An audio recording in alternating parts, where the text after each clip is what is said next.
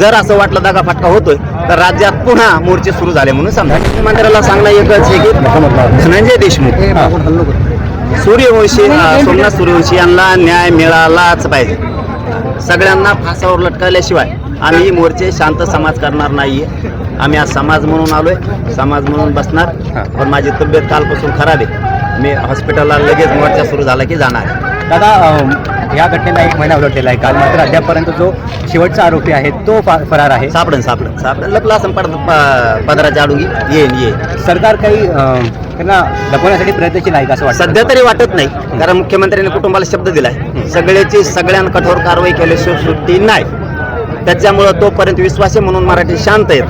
जर असं वाटलं दगाफटका होतोय तर राज्यात पुन्हा मोर्चे सुरू झाले म्हणून समजा. धनंजय मुंडे यांच्यावर वारंवार आरोप होत आहे की अरे ते षडयंत्र करतोय. एवढा मोठा मंत्री असून तो जातीवाद करतोय, तोच आरोपीच्या पाठीमागं उभा राहतोय, ते माझ्यावरच उलट केशी करायला लावतोय.